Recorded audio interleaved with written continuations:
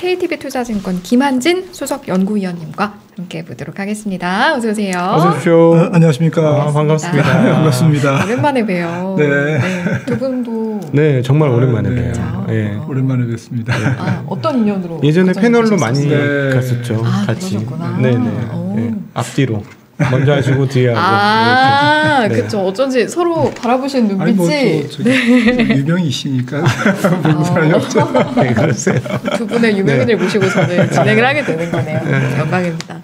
일단은 좀 질문을 드려보면 사실 요즘 장이 어느 때보다 좀 고민이 많은 장인 것 같은데 일단 보합권에서 왔다 갔다 하고 있잖아요. 지금 분위기 좀 어떻게 바라보고 계세요? 네, 뭐 똑같은 상황을 뭐 이렇게 주가가 못 올라가냐 이렇게 얘기하시는 분들도 그런 분들이 많죠. 네. 대부분 투자자들은 좀 아직도 헝그리 배가 고픕니다. 근데 저는 좀 잘 버틴다. 시장이 정말 좀 잘 버텨주고 있다. 네. 그래서 참 고맙다. 이런 생각입니다. 왜 잘 버텨준다라고 생각을 하냐면 아무튼 뭐 팬데믹 작년 3월 저점이 1460이었지 않습니까? 네. 2배 이상 올랐잖아요. 120%. 네. 2.2배 올랐고 코로나19 이전 코스피가 2100이니까 3300까지 갔으면 60% 올랐지 않습니까? 지금 조금 살짝 내려와서 그렇게 따지면 코로나19 직전 대비 한 40% 오른 상태인데 코스피가 적지 않게 오른 상태거든요. 좀 기술적인 피로도가 쌓여 있을 만도 한데 아무튼 무너지지는 않고 네, 또 해외 증시도 좀 버텨주니까 네. 네, 같이 좀 잘 어쨌든 그 조정을 부드럽게 보이고 있는 것 같습니다. 근데 그 과거에 비해서 이익 규모도 코스피 기업들의 이익 규모도 굉장히 많이 늘었지 않습니까? 옛날에 뭐 100조 미만 할 때하고 200조에 육박하는 막 180조 하는 상황하고는 당연히 이익 규모가 2배가 늘었으니 주가도 그러면 물론 물타기가 많이 됐습니다만 다양한 기업들이 들어와서 그러면은 뭐 지수도 사실은 2배 올라가는 게 그렇게 큰 무리스럽지 않은 일 아닌가 하는 생각도 들거든요. 네, 근데 PR로 보면 사실은 뭐 코로나19 때 최저점하고 비교하기는 좀 적절하지 않습니다만 우리나라 PR이 어쨌든 12배까지 갔지 않습니까 이번에. 네. 네, 그러니까 뭐 한 8배에서 12배 갔으니까 네. 네, PR 리레이팅이 일어난 거고요. 그렇게 큰 폭은 아닙니다만 네. 그러니까 이익의 증가폭보다는 주가의 상승폭이 어쨌든 적지 않았다. 이렇게 볼 수가 있는 거고요. 그다음에 뭐 잘 아시겠지만 뭐 지금부터는 사실 뭐 내일 모레가 뭐 2달여 뭐 남았지 않습니까 올해가. 네. 2022년 어닝에 이제 시선이 가 있는데 그렇죠. 내년 어닝이 뭐 코스피 영업이익이 뭐 좀 컨센서스는 어쨌든 뭐 지금 한 올해 대비 8% 정도 증가라고 이제 보고 있습니다. 이게 연초에는 올해 대비 한 20% 이상 증가할 걸로 애널리스트들이 추정했거든요. 그러니까 눈높이가 계속 낮아지고 있는 거죠. 그렇죠? 시장이 가장 싫어하는 센티먼트의 둔화. 이게 지금 계속 일어나고 있는 거고요. 올해 대비 당연히 내년도 이익이 주는 거는 맞습니다. 증가율이 둔화되는 것은 맞습니다. 경제지표도 정상화되고 이익 증가율도 둔화되고 워낙 많이 올랐었으니까요. 하지만 어쨌든 반도체를 포함하든 반도체를 제외하든 이익의 센티먼트, 그로스 모멘텀은 지금 둔화되고 있다는 것이고요. 그런 상태에서 PR은 리레이팅 돼 있기 때문에 주가가 더 여기서 치고 나가려면 더욱더 폭발적인 어닝 그로스가 서프라이즈가 나와줘야만 된다는 것이 제 주장이고요. 그렇지 않다면 시장은 뭐 버티기에 급급한 그런 상황이 될 수가 있다. 근데 과거에 비해서는 옛날에는 이제 몇몇 업종, 뭐 2012년도 내외 때는 차화정이었고 또 2018년에는 반도체였고 한국 같은 경우 이렇게 이익이 큰 폭으로 증가할 때 보면 특정 업종이 끌고 가는 흐름들이 좀 있었는데 이번에 보면 그런 측면에서 보면은 이익의 질이 상당히 뛰어나다고 느껴지는 게 그렇습니다. 업종의 전반적인 강세죠. 네, 뭐 사업 포트폴리오도 뭐 잘 아시다시피 되게 이제 뭐 말씀하셨듯이 다변화돼 있고 또 글로벌화돼 있습니다. 네. 그리고 글로벌 사업 포지셔닝도 과거와 달리 굉장히 탄탄하지 않습니까? 네. 그런 것들 오케이 다 인정하죠. 네. 하지만 플랫폼 기업 같은 경우에 보면 도메스틱 국내 시장에 국한돼 있잖아요. 아직 비즈니스 모델이. 그리고 우리나라는 미국 기업들하고는 조금 비교가 안 되는 게 일단 ROE가 낮습니다. 자기 자본 이익률이. 뭐 조금 좋아진 게 지금 10% 좀 넘죠. 나스닥 기업 ROE는 30%는 없잖아요. 평균이. 그러니까 멀티플이 할인될 수밖에 없다라는 거죠. 글로벌리 대비는. 그리고 우리나라 기업들은 뭐 반도체도 그렇습니다만은 B2B가 많다라는 거죠. B2C가 시장 지배력이 있는 아주 독과점적인 혹은 브랜드 가치가 높은 시장 점유율이 아주 꾸준하고 강력한 그런 소비재가 없다라는 거죠. 금융주도 그렇고 네. 일반 소비재도 그렇고 내구 소비재도 그렇고 네. 그리고 국내 시장이 제한돼 있기 때문에 국내 시장을 기반으로 해외 시장 쪽으로 시장을 확산시켜 나갈 수 있는 그러한 베이스 캠프도 약한 거죠.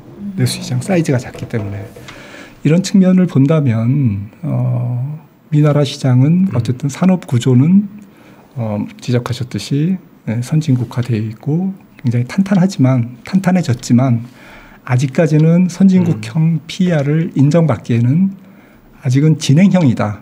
네. 하루아침에 그렇게 뭐 우리가 S&P 퍼를 쫓아가고 나스닥 퍼를 뭐 캐치업하기는 그거는 조금 무리다라는 거죠. 기업들이 계속 변해가는 과정이라고 생각합니다. 저는 지난 1년 동안에 현장에 있으면서 가장 큰 차이점을 느낀 게 뭐냐면 자금의 질이 틀려졌다라는 겁니다. 그래서 이번에 이렇게 주가 2배 가까이 올라간 것도 자금 질의 변화하고 연관이 없잖아 있지 않겠느냐 본데 그건 무슨 말이냐면 산업 성장이 굉장히 빠를 때에는 그 변동성이 크면서 스타 업종과 이런 것들이 드러나면서 기업의 활동성과 연계된 주식시장을 읽을 수 있는데 지금 미국같이 일정 부분 성숙산업 과정을 지나쳐 왔고 우리도 일정 부분 지금 산업이 조금 성숙한 영역들이 좀 많아졌죠. 그러다 보니까 이제 어떻게 되냐면 잉여 자본이 굉장히 많아졌다라는 거예요. 과거보다. 그러니까 예전에는 돈 벌어서 쪽쪽 다 재투자하기 바빴는데 이제는 재투자도 어느 정도 했고 산업 규모를 잡고 계속 캐시플로우는 현금은 들어오고 그러다 보니까 자본의 총량이 늘어나서 이 자본을 어떻게 다루어야 하느냐 하는 미국식의 사고가 저는 작년부터 한국에 들어왔다는 느낌을 지울 수가 없거든요. 네, 그래서 그리고 물론 이제 그 부동산 집중했던 자금들이 좀 이동하는 것도 분명히 포착이 되어지고요. 그러니까 자본이 잉여 자금이 많으면 전 그 측면에서 보면 그 PER 배수를 멀티플을 조금 더 높게 줄 수 있지 않을까 하는 생각을 해보거든요. 뭐 동의합니다. 뭐 우리나라 어쨌든 전체적으로 말씀하신 거 다 맞는데 아무튼 뭐 앞으로 가야 될 길이 있다라는 것은 뭐 업사이드 포텐셜이 아직도 남아 있다라고 생각을 하고요.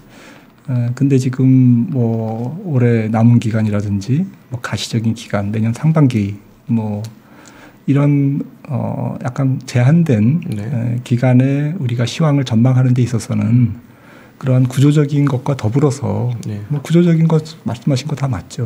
지금 조금씩 다 변해가고 우리나라 PER을 조금 더 높이는데 여러 가지 작용을 하고 있는 긍정적인 작용을 하고 있는 변수라고 생각을 하는데 조금 다만 지금 주목해야 될 것은 그런 과정 속에서 기업들의 어닝 파워가 어느 정도 될 거냐 그리고 그 어닝 파워의 베이스가 되는 경기 사이클의 모멘텀이 어느 정도 될 거냐 그리고 그동안 주식시장을 뭐 우리나라 시장뿐만 아니라 전 세계 주식시장 혹은 광범위한 위험자산 시장을 견인해온 끌고 온 유동성 모멘텀이 유동성도 뭐 사실은 뭐 유동성이 없어서 주가가 못 올라간다 이런 말씀을 드리는 게 아니라 과거에 비해서 6개월 전, 1년 전 뭐 그거에 비해서 점점 불리한 환경 조금 그 유동성의 모멘텀이 떨어지고 있다라는 거죠. 그러니까 조금 더 그 유동성의 모멘텀 그 떨어지는 유동성의 모멘텀을 보전할 실물 경제의 탄력적인 성장 모멘텀이라든지 기업 어닝의 파워라든지 이런 것들이 충족되지 않으면 시장은 뭐 시원스럽게 이 저항선을 뚫고 3,300을 뚫고 500, 600 이렇게 가기가 뭐 갈 수도 있습니다. 기술적으로 뭐 잠깐 갈 수도 있겠지만 조금 아주 왕성한 어떤 에너지를 품고 가기에는 지금 제가 볼 때는 좀 그거를 잉태하고 준비하는 과정이지 지금 조금 시간이 좀 필요하지 않느냐 이제 그런 말씀을 드리고 싶은 거죠. 근데 앞서 그 국제적인 브랜드 가치를 가진 소매 업종이 없다는 건 전반적으로 동감하고 저는 오히려 화장품 업종은 지금 굉장히 큰 위기가 시작됐다고 봐요. 네. 왜냐하면 중국에서 자리 못 잡으면 국내 시장은 너무나 작은 시장이기 때문에 그런 건 어렵다라고 보고 있고 그다음 또 전기차도 워낙 그 글로벌리한 분위기 속에 편승되어지고 있어서 지금 과거에 볼 수 없는 멀티플이 나오고 있거든요. 전기차 업종 전반적으로. 그래서 성장성은 인정하나 지금 바이오보다 더 높은 멀티플을 받는 것을 과연 우리는 어떻게 생각해야 하느냐 하는 고민들은 좀 있어요. 그럼에도 불구하고 그 한국 기업들의 기초 체력이 굉장히 올라갔다는 거, 자동차라든가, 네. 그다음 반도체도 이제 뭐 범접할 수 없는 영역까지 세계 최고 수준까지 올라왔고, 그것이 이게 전 세계 문명 사이클에서 가장 최선단에 있는 그런 업종들이 한국의 주요 업종이 되어 있기 때문에 이거를 과연 그 옛날 생각으로 한국은 뭐 퍼 10배 맞으면 10배가 고점이야라고 생각하는 게 과연 옳을 것인가? 아니요, 저는 그렇게 생각 안 합니다. 네. 당연히 10배 이상 20배로 가는 과정이라고 생각을 하는 거고요. 네.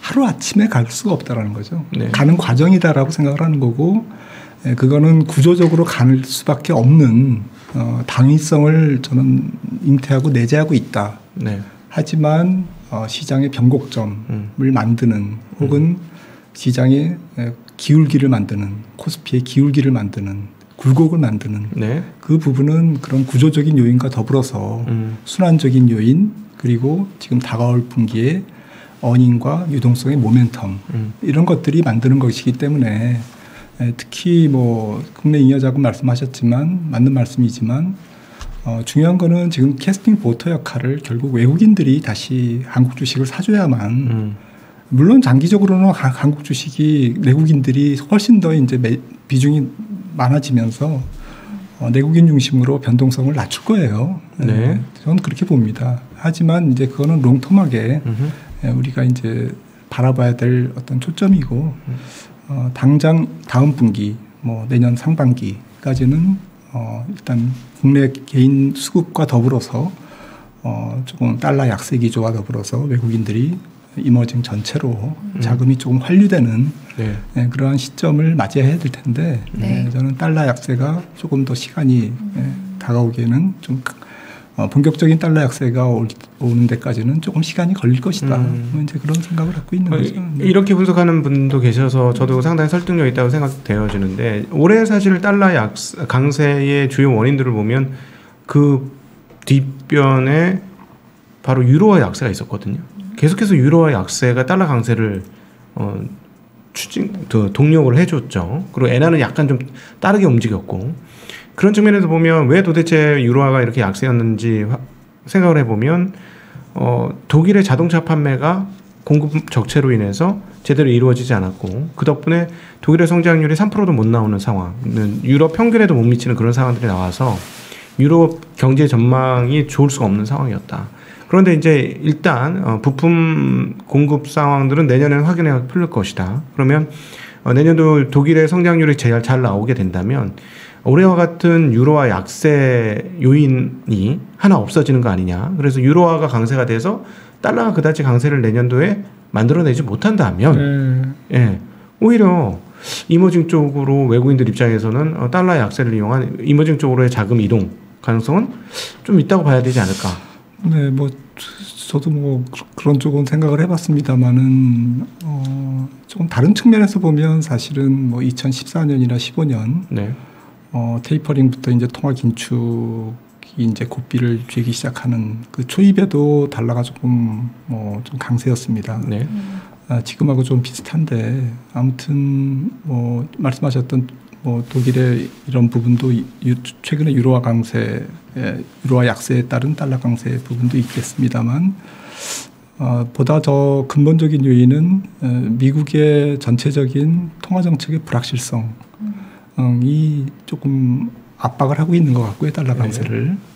그리고 이 통화 정책의 불확실성을 유발한 인플레이션의 불확실성, 그리고 인플레이션의 불확실성과 연결된 실질 금리의 조금 폭락, 그래서 과도한 폭락, 그리고 유럽과 독일의 실질 금리의 차, 뭐 이런 부분들이 복합적으로 작용을 한 것 같아서요. 제 생각에는 좀 저는 통화 정책의 불확실성이 최근에 달러 강세의 가장 큰 요인이라고 보기 때문에 최근에 그랬죠. 네. 그래서 이 부분이 지난 6월부터 이제 그 달러가 약세에서 이제 강세로 흘렀는데 그 시점이 인플레이션에 대한 추정치들이 조금 궤적이 벗어나기 시작하는 조금 이코노미스트들이나 통화정책 당국자들을 당황시키는 이제 그러한 국면이었거든요. 6월, 7월 정도부터가. 그래서 달러 강세의 요인하고 무관하지 않다라고 보는 거고요. 그런 측면에서 지금 연준이 통화정책을 그동안 뭐 연준뿐만 아니라 전 세계 중앙은행들이 제로금리에 플러스 양적 완화를 하면서 금융위기 당시에 2008년보다 2008년 전후에 2008년 뭐 3월부터 2010년 정도까지 전 세계 양적 완화 규모가 한 2조 4천억 달러였는데요. 지금 코로나 시기에 20개월 만에 양적 완화 규모가 10조 달러가 넘습니다. 4대 중앙은행.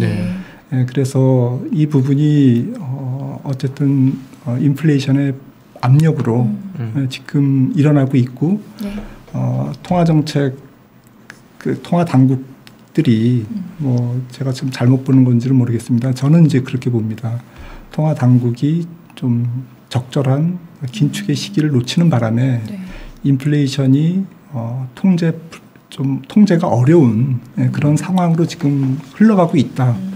이게 지금 좀 글로벌 경제의 불확실성, 금리의 불확실성, 통화 정책의 불확실성으로 작용하면서 좀 달러 강세를 만드는 중요한 요인이 되고 있다.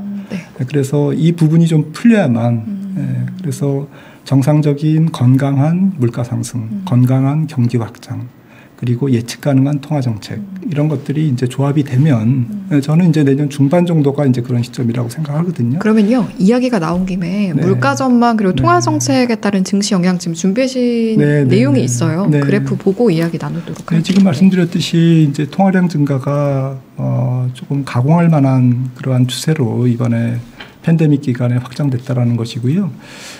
미국이 주도했죠. 지금 차트를 보시면은 지금 미국의 현금 통화와 이제 요구불 예금의 합계 애만 스톡인데요. 4조 달러에서 20조 달러, 무려 뭐 증가폭이 5배, 16조 달러입니다. 그러니까 한 2경 정도가 됩니다. 그리고 다음 페이지를 보시면은 4대 중앙은행의 자산 대비 GDP인데요. 이거는 이번 팬데믹 기간 중에 아주 특징 중에 하나가 전 세계가 동시에 다발적으로 그것도 그 통화 정책 중에서 비전통적이라고 얘기하는 통화 당국자들이 양적 완화, 시장에서 자산을 매입하는 거를 굉장히 강하게 약을 썼는데 좀 전에 말씀드렸듯이 그 규모가 GDP 대비니까 경제 규모 대비죠. 당시 2008년 그래프가 안 나와 있습니다만은 2007년 8년에는 한 10%대에서 코로나 직전 지금 2020년 2월 되겠죠. 2월에 한 35%, 6% 됐어요. 그러니까 한 23%포인트 늘었습니다. 12년간 무려 2007, 8년에서 2020년 초까지. 근데 여기서 2020년 작년 3월부터 현재까지가 23% 늘었습니다. 그러니까 지난 12년간 늘었던 GDP 대비 4대 중앙은행의 통화 증발 규모가, 자산 매입 규모가 불과 20개월 만에 지금 그 아주 대규모 양적 완화로 충족이 됐다는 거죠. 네. 그러니까 이 정도로 그 유동성이 풀려 있기 때문에 제 생각에는 위험자산 시장, 주식이나 뭐 부동산이나 아니면 원유 시장이나 이런 커머더티 시장이 잘 안 빠질 거라는 거죠. 네. 하지만 잘 안 빠지는 것에는 오케이. 유동성 효과가 이게 당장 뭐 지금 옛날로 돌아갈 수가 없거든요. 네. 이거 뭐 죄려면 2016년에 시작한 양적 긴축을 해야 되는데 만기 돌아오는 국채를 안 사줘야 되거든요. 네. 근데 그거는 제일 마지막 단계 통화 긴축에 지금은 테이퍼링도 안 했어요. 그러니까 물리적으로 아주 멀었습니다. 그리고 아마 돌아올 수 없는 강을 건넌 것으로 저는 보이고요. 네. 그래서 이게 점선으로 표시된 게 GDP 대비 자산 규모인데 통화 정책의 강도 완화 정책의 강도 부분인데 GDP가 올라가면서 이 비율이 그냥 횡보할 거다. 네. 근데 과거의 횡보하는 2014년에서 15년 중반이라든지 2018년 우리 박스피를 경험했던 2018년 20년 초까지 이때가 이 4대 중앙은행의 자산 GDP 비율 즉 공격적인 양적 완화 통화 완화 정책의 강도가 플래트닝해지는 기간이었어요. 그러니까 돈이 없어서 주식이 못 올라간 게 아니라 전 세계 MSCI 월드거든요. 옆으로 기었지 않습니까? 빠지진 않았지만 올라갈 추동력을 잃었다라는 거죠. 지금이 이제 그런 상황이다라는 것이죠. 그래서 저는 내년 적어도 뭐 아주 길게는 모르겠습니다만은 연말 지나서 한 내년 봄까지는 그런 구간에 해당되는 것이 아닌가. 그래서 GDP가 늘면서 상대적으로 이 비율이 플래티닝 해지면서 전체적으로 위험자산의 폭발적인 상승보다는 위험자산의 기대 수익률이 조금 차분해지는 그런 구간이 연말 연초 기간이기 때문에 전체적으로 어떤 그 글로벌 기관 투자가들도 아주 공격적으로 위험자산을 아주 그 매수하기보다는 서로 대체 투자라든지 조금 더 뭐 주식 중에서도 조금 차분한 밸류에이션이 있는 주식이라든지 조금 더 방어적인 어떠한 포트폴리오라든지 주식 이외의 어떤 다른 자산이라든지 이런 쪽으로 다변화되는 기간이 되기 때문에 우리 입장에서는 주식시장에 몸담고 있는 시장에서 왜 주식을 안 사? 내년에 경기도 좋고 아직 유동성도 굉장히 괜찮은데 이렇게 항변하지만 전체적인 큰 그림은 지금은 공격 앞으로 하는 기간이 아니라 조금은 관망하는 기간이다라고 지금 판단하고 채권 있습니다. 시장은 어떻게 보시나요? 채권 시장 올해 들어서 다들 고급스러운데. 저는 그래서 그 다음 그림을 보시면은 금리가 꾸준하게 올라갈 것 같은데요. 앞서 보셨듯이 유동성이 지금 왕성하기 때문에 지금 이 그래프에서도 뭐 M1 통화나 M2 통화 그 다음에 이런 부분들이 유지가 되기 때문에 그리고 양적 완화의 규모가 급격하게 축소되는 것도 아니에요. 그렇기 때문에 금리가 많이 올라가지는 못한다. 올해까지는. 인플레이션 압력이 있지만 어느 정도는 브레이크가 걸린다. 유동성이 풍부하기 때문에. 하지만 문제는 인플레이션이다. 인플레이션이 저는 복합적이라고 생각하기 때문에 결국 좀 올해까지는 모르겠습니다만은 저는 내년 한 상반기쯤에는 미국 국채 10년물이 한 3% 정도 내년 상반기에 3%? 네, 3% 터치할 것 같고요. 역대 나오신 분 중에 가장 높게 보였습니다. 네, 그렇게 보는 이유는 뭐 조금 고지식한 방식입니다. 전체적으로 장기 명목 금리 미국 국채 10년물은 어쨌든 경제 성장률과 물가 상승률에 수렴할 것이다라는 그러한 가정하에 지금 2010년부터 코로나19 직전까지의 미국 물가가 1.8% 정도였거든요. 소비자 물가가.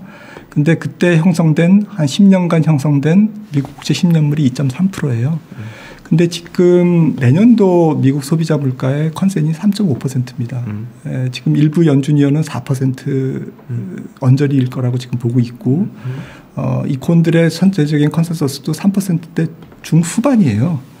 그러니까 1.8에서 2.3 정도의 국채금리가 형성됐으니 물론 이제 내년 금리만 보기는 어렵지만 장기국채 금리라는 게 뭐 그 너머에 좀 장기적인 상황을 봐야 되겠지만 뭐 채권 시장에서 금리도 사실은 치고받고 하면서 수급에 의해서 결정되고 변동성이 있거든요.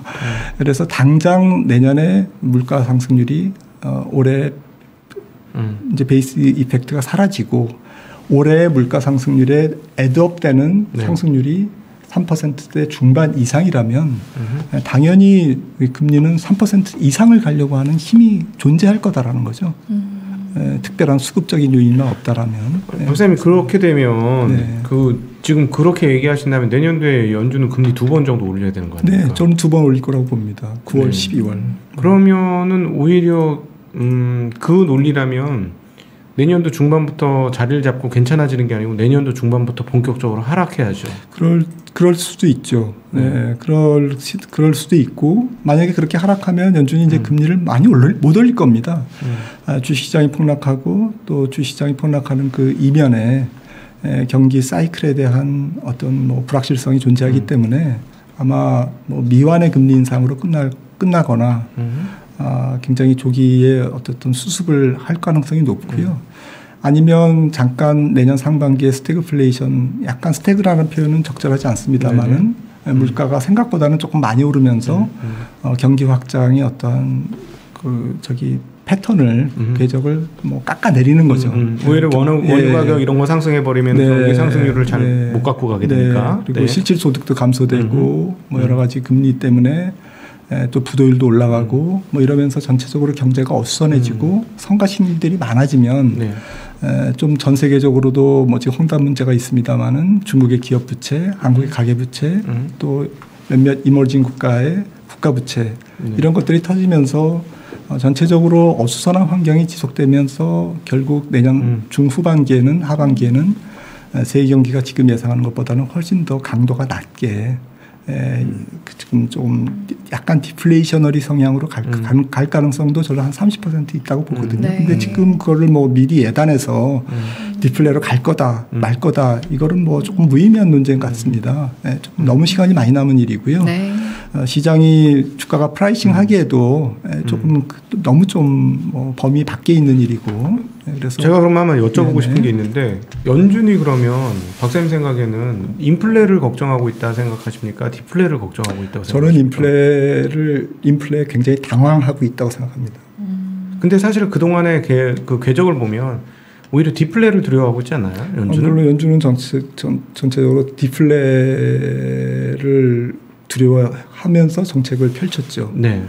그런데 아까 뭐 지금 모두에서 말씀드렸듯이 결국 코로나가 금융위기 2008년 리만 브라더스의 파산으로 비롯된 서프라임 모기지 사태의 4.4배의 양적 완화를 취할 정도의 그러한 엄청난 사건이었냐라는 부분에서 저는 그렇지 않다. 과도했다. 과도했다. 뭐 물론 이제 뭐 굉장히 고약한 변이가 일어나서 계속 인류가 정말 곤혹을 치를지는 모르겠습니다만 지금 그런 상황만 아니라면 사실은 대규모 허리케인과 같은 자연재해 일종이잖아요. 자연재해잖아요. 그래서 팬데믹 기간 중에 달러도 FX 시장은 달러 약세로 화답했잖아요. 사람은 죽어나가고 사회적 충격은 계속됐지만 락다운이 계속됐지만 달러는 약세였고 리스크 온 환경이었습니다. 모든 사람들이 리스크를 테이킹하는 그런 어떤 행동을 보였거든요. 그거는 이 팬데믹은 언젠가는 곧 가시적인 기간에 물러간다. 우리가 극복할 수 있다 인류가. 라는 것에 대한 전제가 깔려 있거든요.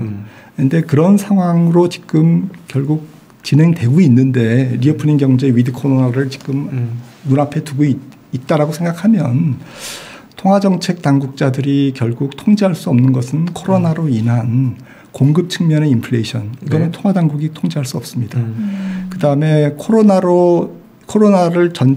전쟁을 치르기 위해서 푼 제로금리와 대규모 양적 완화, 통화정책, 금융완화 정책이 결국 코스트, 어떤 비용을 내재하고 있다는 거죠. 그 비용이 결국 뭐 소득 불균형도 있고 자산시장의 어떠한 양극화도 있지만 가장 보편적인 코스트는 인플레이션이라는 코스트라는 거죠. 인플레이션 코스트를 지금 연준은 혹은 글로벌 각국 중앙은행들은 지금 이제 거기에 대응해야 되는 과제를 안고 있다라는 거죠. 과제를 안면서 내년 2022년을 맞이하는 그런 상황이 직면에 있다고 생각합니다. 사실 뭐 인플레이션이 난다고 해서 그 뭐 금리 올린다 해서 세상이 공멸적 상황이나 뭐 자산 시장이 뭐 이제 본격적인 침체로 가느냐 여부는 사실은 주식시장만 따지고 본다면 기업들이 자기 가격에 제품 가격에 그 인플레이션을 반영을 해서 그럼에도 불구하고 판매가 꺾이지 않는다면 네. 그거는 인플레이션이라도 호황 인플레이션 아닙니까? 맞습니다. 저도 그렇게 생각합니다. 그래서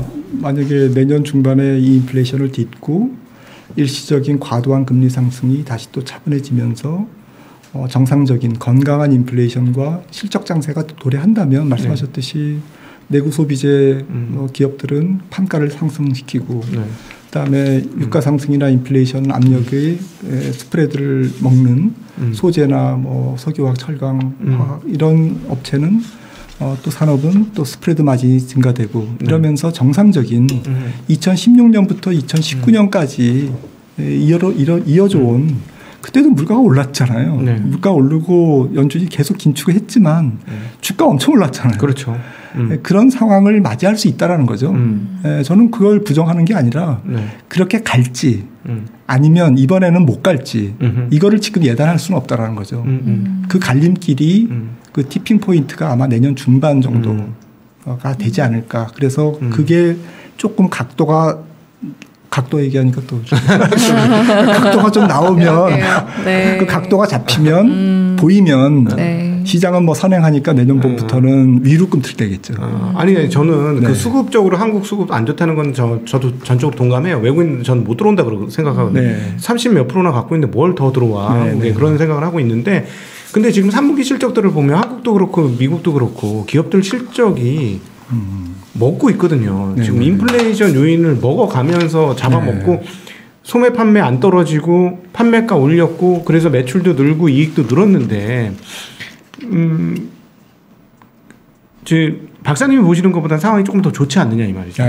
현재 상황들이 3분기 실적 보니까 아니 기업들이 실적이 꺾였어야지 아니면 마진 축소됐어야 되는데 말씀대로 공급 요인이 너무 커서 근데 이제 제가 좀 약간 뭐 쓸데없는 기운지는 모르겠습니다만 인플레이션이 우리가 생각하는 것보다는 내년 상반기까지 유지된다.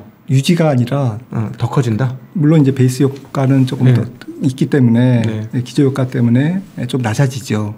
낮아지지만 낮아지는 정도가 덜 낮아진다. 그러니까 생각보다. 파월 의장이 얘기했던 일시적인 게 아주 매우 덜 일시적이다. 그러니까 인플레이션 전체적인 레벨이 우리가 생각하는 컨센서스보다는 지금 훨씬 높게 만약에 전개된다면 전체적으로는 굉장히 당황스러울 것 같아요. 이미 당황했죠. 한번. 지금 당황하고 있는데 이 당황스러운 시츄에이션이 내년 상반기까지 조금 더 당황스러워지면 전체적인 기업 실적은 굉장히 주춤할 수밖에 없다는 거 현실적으로.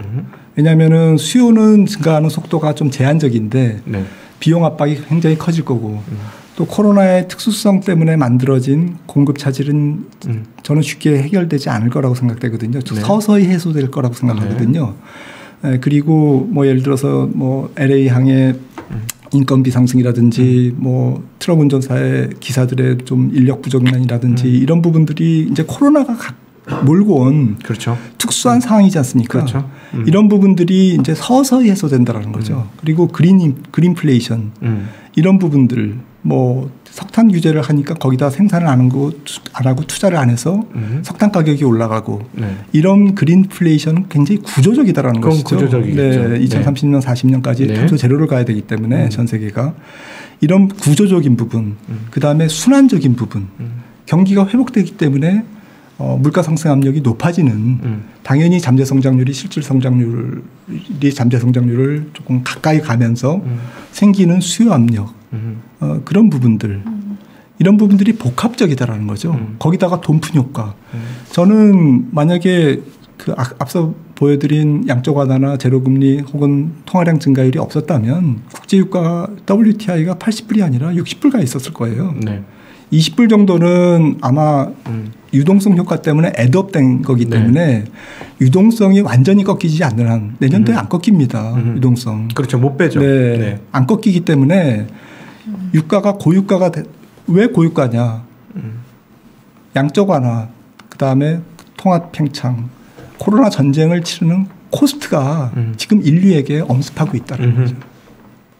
세상에 공짜 점심은 없다고 생각합니다. 그러면요, 저희 여기서 이제 마무리할 시간이 다가오고 있어서 이거 밤새 들어가겠네요. 네, 끝도 없이 이어질 것 같아서 여기까지만 하고요. 이제 투자 전략을 좀 살펴봐야 하는데 사실 드릴 질문이 많았었는데 일단은 이걸 좀 여쭤보고 투자 전략까지 이어가는 걸로 할게요. 벌써 연말이라서 내년 앞두고 있는데 보통 이제 우리가 항상 미리 예측해서 좀 대비를 해야 되잖아요. 점검해야 될 키워드가 있다면 어떤 게 있고 또 그걸 바탕으로 투자 전략 세운다면 어떤 업종에 주목해서 어떻게 전략 세워야 될까요? 네, 뭐 좀 말씀 나눴듯이 저는 인플레이션에 좀 어쨌든 잘 대응하거나 뭐 인플레이션에 올라타라 이렇게 말씀을 좀 드리고 싶고요. 인플레이션이 키워드라고 생각합니다. 양면성이 있으니까 인플레이션이 좋은 측면도 있고 나쁜 측면도 있으니까 어쨌든 투자자 입장에서는 인플레이션 친화적인 뭐 섹터라 기업을 사면 조금 더 방어적일 것 같아요. 그러니까 뭐 지금 지적해 주셨듯이 판가 상승을 할 수 있는 역량이 있는 뭐 그런 기업을 산다든지 그런 기업들은 아마 분기 실적이 또박또박 잘 찍힐 거거든요.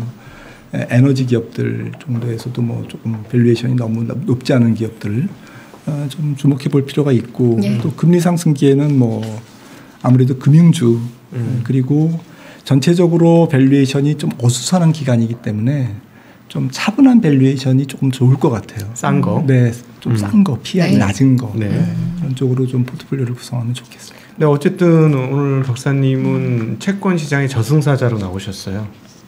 저 정도 얘기했으면 채권은 죽었다는 얘기죠.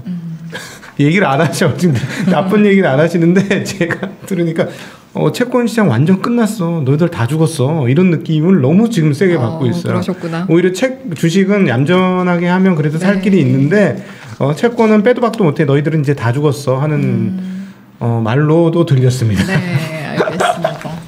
저희 그러면 3부 이제 여기서 마무리하도록 하겠습니다. 3부 이 시간은요. KTB 투자증권 김한진 수석연구위원님과 함께했습니다. 고맙습니다. 감사합니다. 감사합니다. 감사합니다.